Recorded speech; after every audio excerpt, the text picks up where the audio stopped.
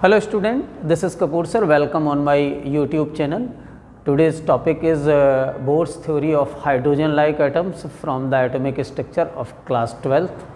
And now we discuss some revision related to Bohr's model. And Bohr says the electrons revolve around the nucleus in certain orbit which angular momentum is perfect multiple of h upon 2 pi, means mvr is equal to nh upon 2 pi, n number of orbit या principal quantum number इसको कहा जाएगा, n equal to 1 2 3 4 and so on. ठीक है, electron जिन orbit में move करते हैं, जो हमारे पास में वो ऑर्बिट जिनका angular momentum m v r equal to h upon 2 pi होता है, तो उनके लिए हमारे पास में जो ऑर्बिट कंसीडर होती है वो स्टेबल ऑर्बिट या ग्राउंड ऑर्बिट या ग्राउंड स्टेट कहा जाता है, या स्टेशनरी ऑर्बिट भी कहते हैं उसको। ठीक है, अच्छा, सेकंड हाइपोथेसिस जो बोहर्स की है कि अगर ग्राउंड स्टेट में या स्टेशनरी ऑर्बिट में कोई भी इलेक्ट्रॉन्स घूम रहा है तो वह एनर्जी का एमिशन नहीं करेगा। थर्ड पोस्टुलेट ये थी कि इलेक्ट्रॉन को कहीं बाहर से अगर एनर्जी मिल जाएगी, एटम को कहीं अगर बाहर से एनर्जी मिल जाएगी, तो उसका कोई इलेक्ट्रॉन अपनी स्टेबल ऑर्बिट से हायर ऑर्बिट में, मतलब लोअर ऑर्बिट से हायर ऑर्बिट में जंप कर जाएगा, और जंप करने की स्टेट को हम एटम की एक्साइटेड स्टेट बोलते हैं। और after 10 to the power -8 second electron return back in the lower orbit with emission of energy in form of electromagnetic waves। Okay, clear? तो यहाँ तक हम लोगों ने कर लिया। तो अब बोहर्स थ्योरी को हम लोग अप्लाई कर रहे हैं हाइड्रोजन लाइक एटम पे। जैसे कि हाइड्रोजन में हम देखते हैं कि एक इलेक्ट्रॉन्स न्यूक्लियस के अराउंड मूव कर रहा होता है अपनी एक सर्टेन ऑर्बिट में। तो यहाँ पर एक सर्कुलर मोशन हो रही होती है। सर्कुलर मोशन में रिक्वायर्ड होता है एक centripetal acceleration, centripetal force due to the centripetal acceleration.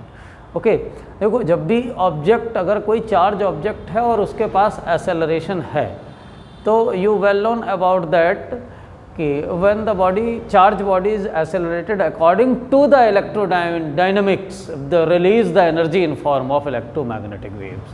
okay, तो now we discuss about the Bohr's theory of hydrogen like atom कि एक इलेक्ट्रॉन जो है वो न्यूक्लियस के अराउंड मूव कर रहा है सर्कुलर मोशन में, तो उसको रिक्वायरमेंट जो सेंट्रीपिटल फोर्स होगा वो हमें न्यूक्लियस जो कि पॉजिटिव चार्ज है, इलेक्ट्रॉन नेगेटिव है, तो नेगेटिव पॉजिटिव चार्ज के बीच में इलेक्ट्रोस्टैटिक्स अट्रैक्शन फोर्स एक्ट कर रहा है। तो ये अट्रैक्शन फोर्स ही इलेक्ट्रॉन को न्यूक्लियस के अराउंड मूव करने के लिए रिक्वायर सेंट्रीपिटल फोर्स प्रोवाइड करता है। ठीक है, ओके, मीन्स कुछ इस तरह से अगर हम देखना चाहें कि ये हमारे पास में एक न्यूक्लियस है हाइड्रोजन का, पॉजिटिव, ओके, जो कि पॉजिटिव चार्ज है, जिसको हम लोग Z/E कहेंगे, और इससे कोई एक r डिस्टेंस पर एक इलेक्ट्रॉन मूव कर रहा है जिसका मास m है, और ये इलेक्ट्रॉन अपनी ऑर्बिट में v वेलोसिटी से मूव कर रहा है। ओके, अब देखिए, सर्कल कोई उतना अच्छा नहीं बना हुआ है क्योंकि मैं तो इतना ज़्यादा नहीं कर पाता हूँ। ठीक है, ये हमारे पास में v वेलोसिटी से इलेक्ट्रॉन्स मूव कर रहा है, तो रिक्वायर सेंट्रीपिटल फोर्स जो हमारे पास में कि require centripetal force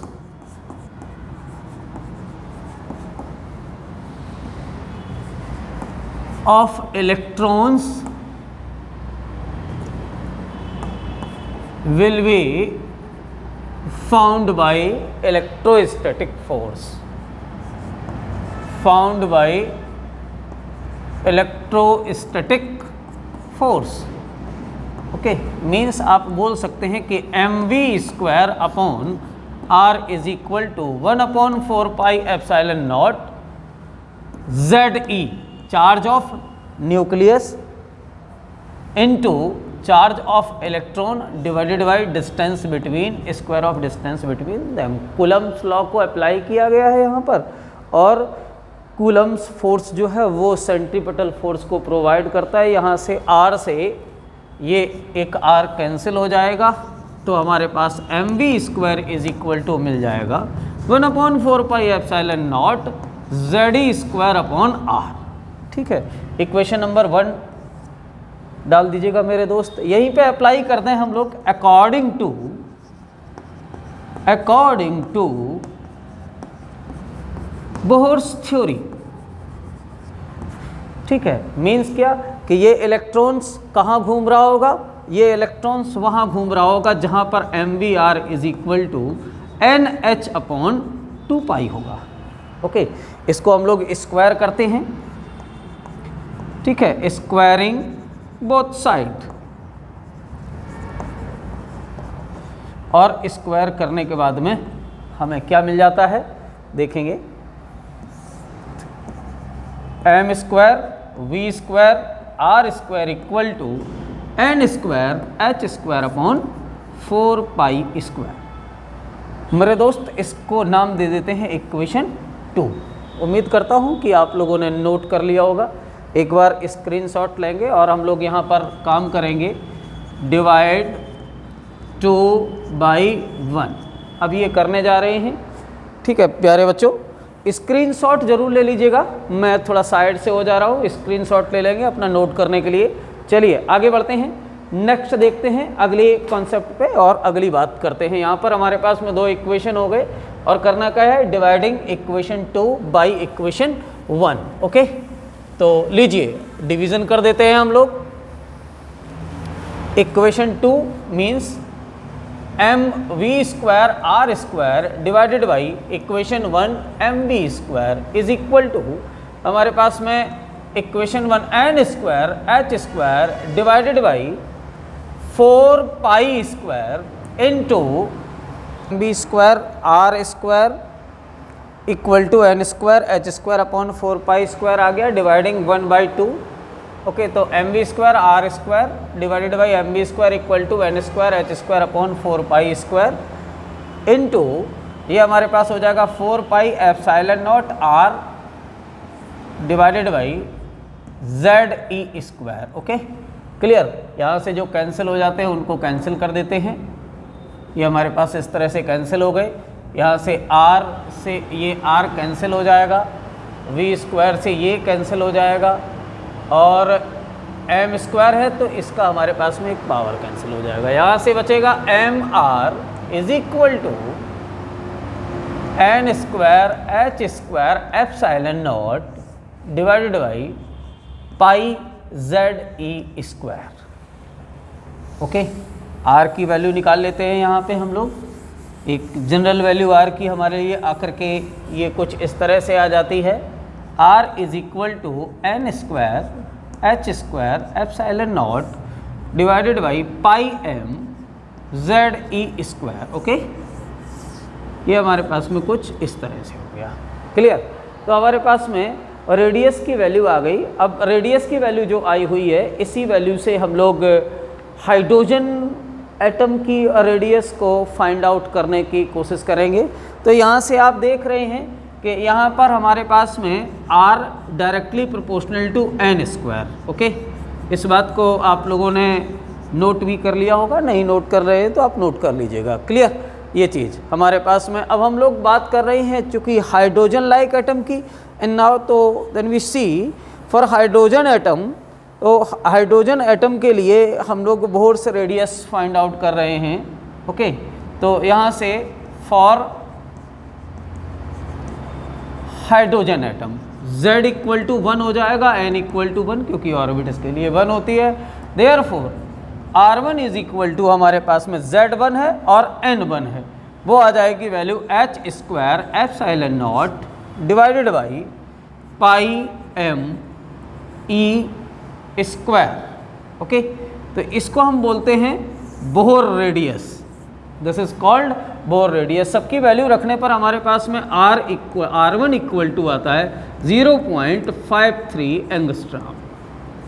okay, means हमारे पास में this is called Bohr's radius of H atom. Okay, clear. अगर हम आर्बिट्री किसी भी एटम के लिए अगर वैल्यू फाइंड आउट करते हैं रेडियस की, तो वो हमारे पास में किस तरह से आती है उसको हम देखना चाहें कि रेडियस ऑफ एनी एटम, ठीक है, रेडियस ऑफ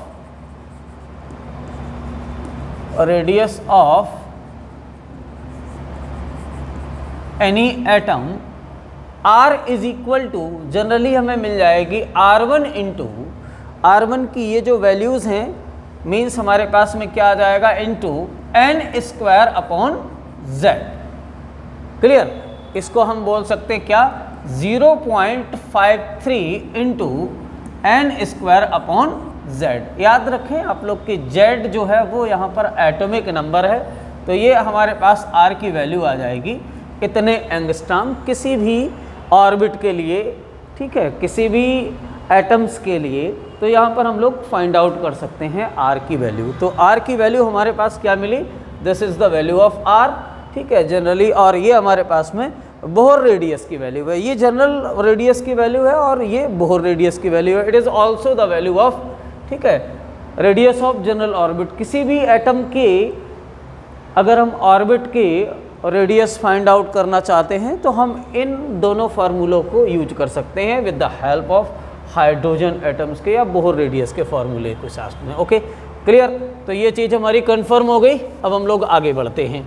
इसी कॉन्सेप्ट में हम लोग वेलोसिटी की बात कर लेते हैं कि वेलोसिटी क्या होगी। ओके, तो अभी इसी के लिए हम लोग वेलोसिटी की बात करते हैं। थोड़ा इसको हटा देते हैं। ओके, तो वेलोसिटी आप जानते हैं कि आप नॉर्मली बात कर सकते हैं, नॉर्मली देख सकते हैं बहुत आसानी से कि बोहर रेडियस जो आएगी, वेलोसिटी हमारे पास में एक ही हमारा फार्मूला है, रेडियस मिल गई हमारे पास में। वेलोसिटी ऑफ इलेक्ट्रॉन इन,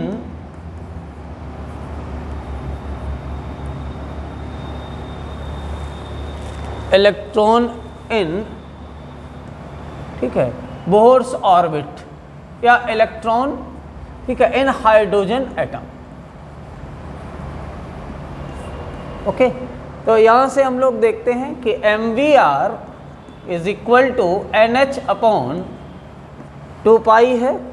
तो यहाँ से हम लोग वैल्यू रखते हैं, वेलोसिटी की वैल्यू जो आएगी वो हमारे पास कुछ इस तरह से हो जाएगी कि v is equal to NH upon 2 pi m into r। r की वैल्यू हम रख देते हैं। r की वैल्यू हमारे पास क्या है, बड़ी नॉर्मल सी वैल्यू जो हम लोगों ने r की निकाली हुई है वो इस तरह से हम लोग रख लेंगे, एक जगह पे लिख लेंगे कि r इज इक्वल टू हमारे पास हो जाएगा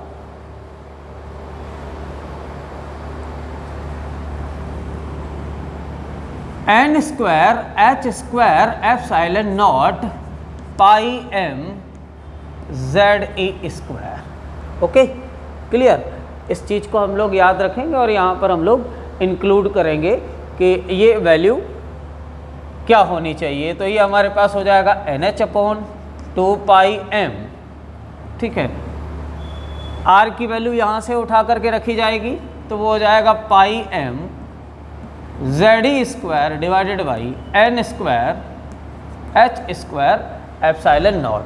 जितना जो कैंसिल हो जा रहा है उसको कैंसिल कर देंगे, ठीक है। n से n कैंसिल हो जाएगा, m से m, पाई से पाई कैंसिल हो जाएगा और h से ये एक h कैंसिल हो जाएगा। हमारे पास बचेगा v की वैल्यू बचेगी जो v इज इक्वल टू आएगा, ठीक है। इस v की वैल्यू हम लोग निकाल करके रखेंगे तो हमारे पास रह जाएगी ZE square divided by 2NH epsilon naught, ZE square upon 2NH into epsilon not. तो यहाँ से आप अलग करके रख सकते हैं कि 1 अपॉन n को ऐसे रख देते हैं और ये हमारे पास में ZE square upon 2H epsilon not हो जाता है। Okay, clear. यहाँ से आपको वेलोसिटी भी पता चल जा रही है क्या, कि velocity inversely proportional to n।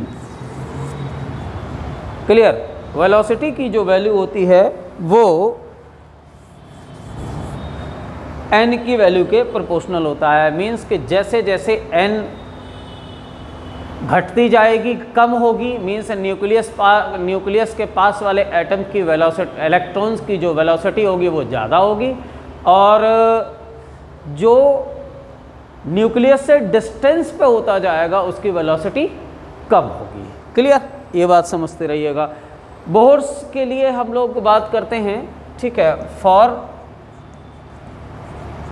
H atom Z equal to 1 and N equal to 1, तो ये हमारे पास आ जाता है क्या, V is equal to E square upon 2H epsilon naught. Okay, और इसकी वैल्यू जो आती है वो आती है 2.19 इंटू 10⁶ मीटर पर सेकेंड। ओके, इसको हम लोग कंपेराइज कर देते हैं या कंपेयर कर देते हैं वैल्यू को, तो इसको बोलते हैं V1 अपॉन C की वैल्यू लेते हैं, तो V1 का मतलब हो गया 2.19 into 10⁶, C velocity of light है यहाँ पर 3 इंटू 10⁸ मीटर पर सेकेंड, इसकी वैल्यू आती है 1/37।